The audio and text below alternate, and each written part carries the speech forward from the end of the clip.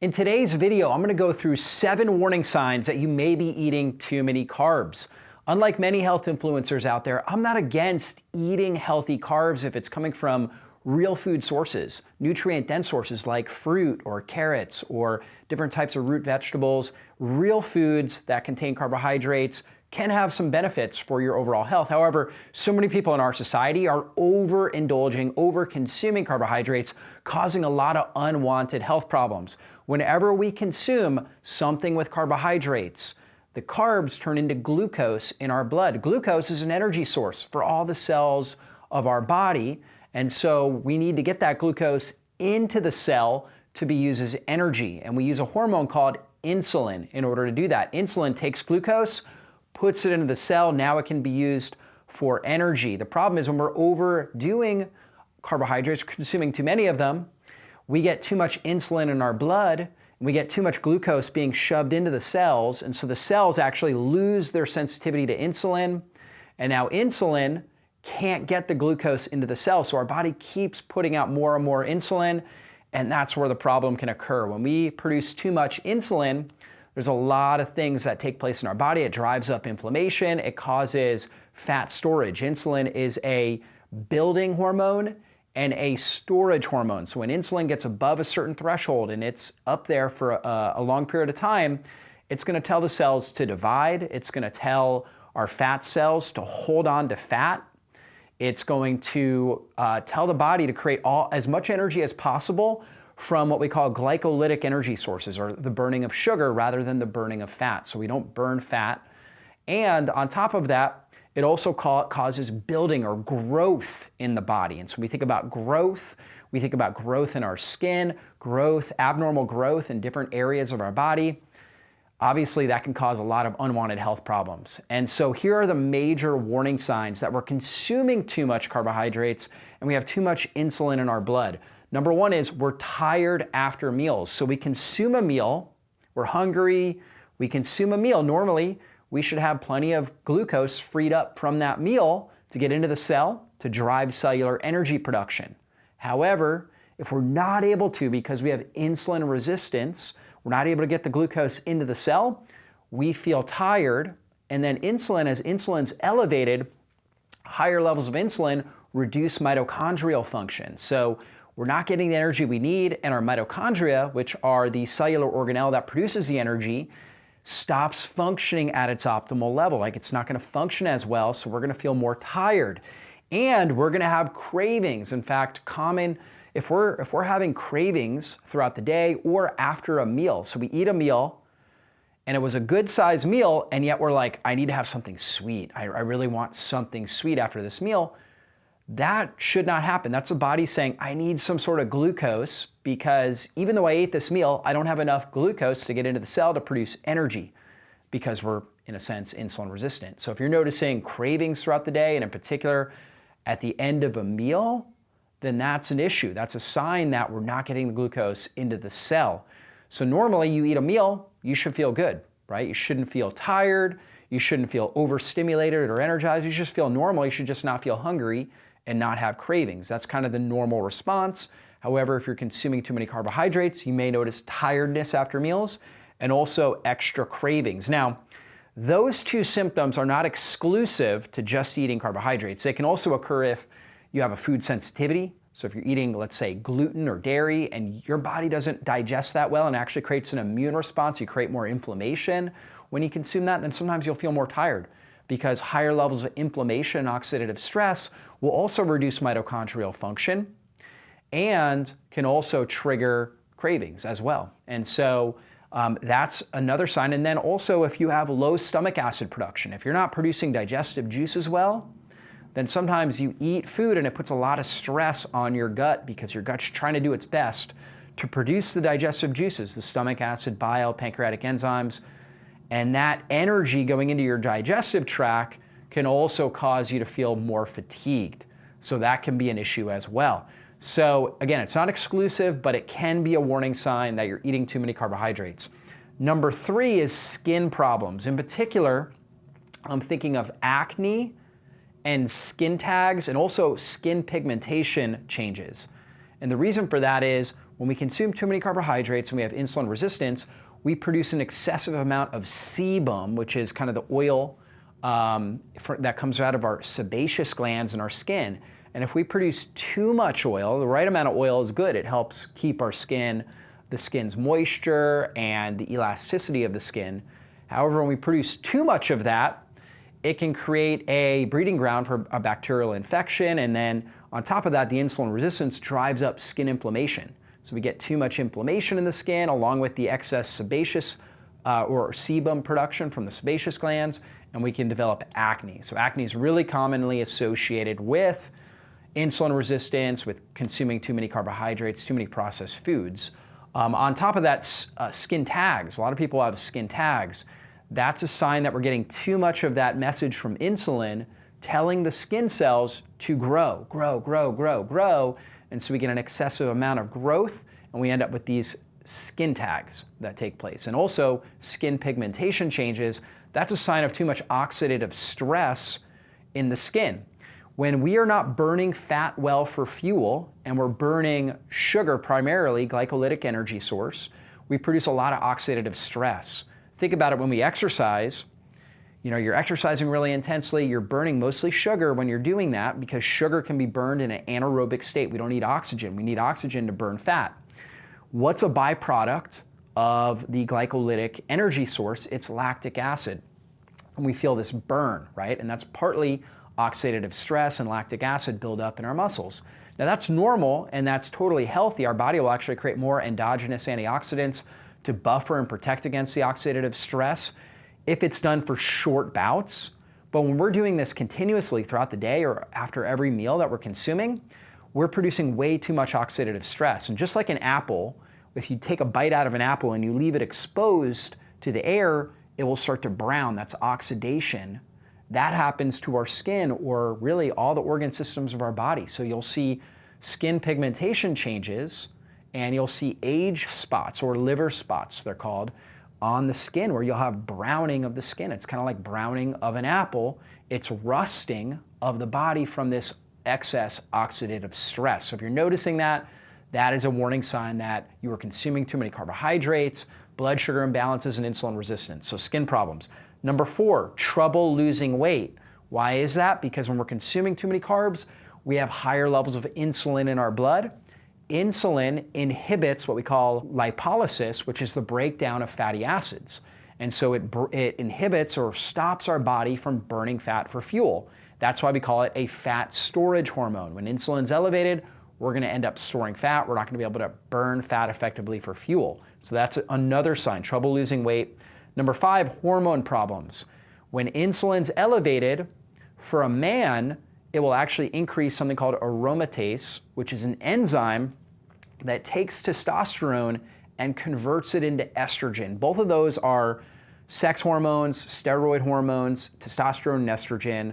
It's fairly close in structure, and so aromatase just converts the testosterone into estrogen. And what does that ultimately lead to for a man?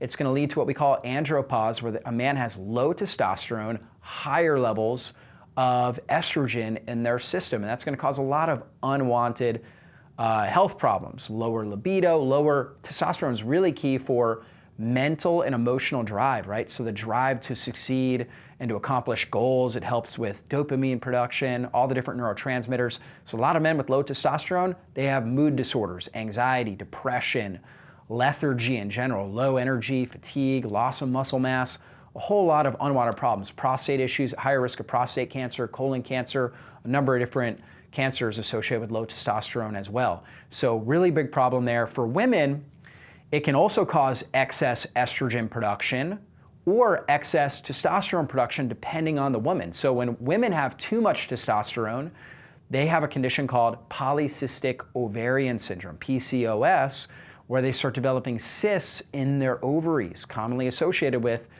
too much testosterone triggered by too much insulin. So insulin, high insulin from a high carbohydrate diet was the underlying root cause, drove up testosterone, and then caused the excess growth, the cyst formation in the ovaries. And then PCOS, there's a lot of association between PCOS and acne, right? Again, kind of similar cause, insulin resistance. Now, other women will develop endometriosis because they'll get an imbalance of estrogen to progesterone.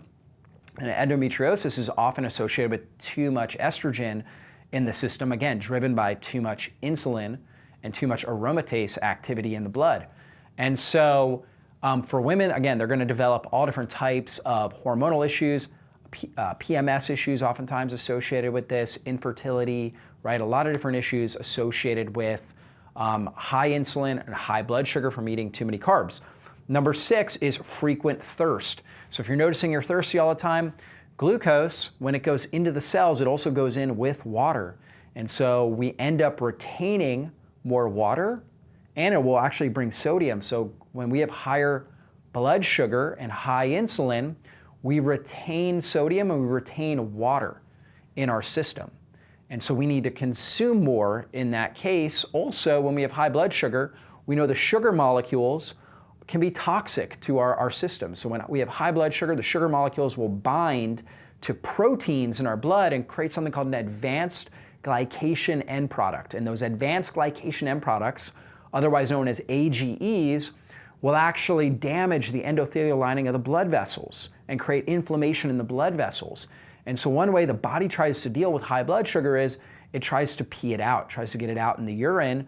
And so we can oftentimes have increased thirst and increased urination when we have high blood sugar and high insulin. So that's another common issue. And then number 7 is high blood pressure and high triglycerides. I talked about how we retain sodium and we create more blood volume when we have high insulin and high blood sugar. And that's ultimately, the more blood volume we have, the more our blood pressure goes up. Now, we need a certain amount of blood volume. We should have a normalized blood pressure somewhere around 110 to 130 systolic to, let's say, 70 to 90 diastolic. But when we're retaining all this sodium and all this water and we're creating all this blood volume, that's going to increase the pressure in our blood vessels. On top of that, high blood sugar, again, creating these advanced glycation end products, we're damaging the internal lining of the blood vessels, and the blood vessels start to lose their elasticity, their ability to bend and flex. So they become rigid because they've got scar tissue there, and they're not able to bend and flex with the beat of the heart. So when the heart beats and we get more blood flow going through, we should be able to flex, and that reduces the pressure. If the blood vessel stays basically the same length because it's lost that elasticity, it's going to increase the pressure in the blood vessel, which ultimately can cause a lot of unwanted health problems and increase our risk of heart disease, all different types of cardiovascular complications, stroke, dementia risk goes up, Alzheimer's, because it's harder to get blood up against gravity up into the brain. So the brain cells don't get the oxygen, nutrients they need, so we can develop a lot of cognitive issues and neurodegenerative types of issues. So really big problems here associated with eating too many carbs. And so again, I'm not against eating carbs. I do it myself. I really enjoy fruit. Occasionally I'll eat, starchy vegetables, things like that. Couple things with that. If you're going to eat carbs on a regular basis, you're going to eat a good amount of carbs, let's say more than like 50 grams of net carbs, so total carbs minus fiber in a day.